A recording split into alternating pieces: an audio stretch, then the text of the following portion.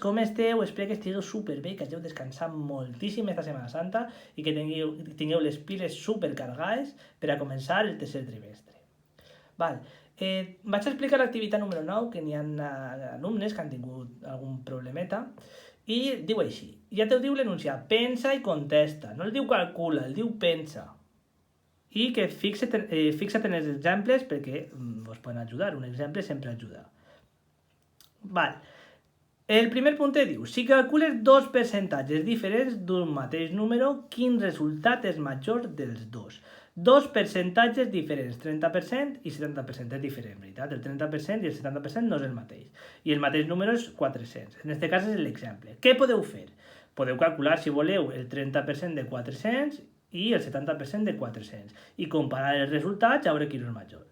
Podeu fer així, no? Però realment no fa falta fer-ho, perquè ja se pot saber deduint-ho, se pot saber entenent i pensant. Aleshores, què serà major? El 30%, o sigui, 30 parts de 100, en aquest cas, com és el mateix número, val? Posem que el total és el 100%. Què serà major? 30 parts de 100 o 70 parts de 100? Doncs penseu, a veure què serà major. I anem a veure el segon puntet. Diu, si calcules el mateix percentatge de dos números diferents, quin resultat és major dels dos? Teniu un exemple així. El mateix percentatge, 25% i 25%, de dos números diferents, en aquest cas tenim 500 i 200.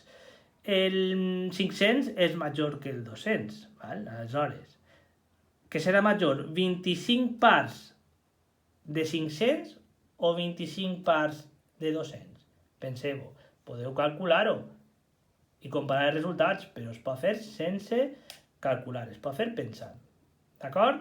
Vinga, adeu, demà ens veiem en la videoconferència.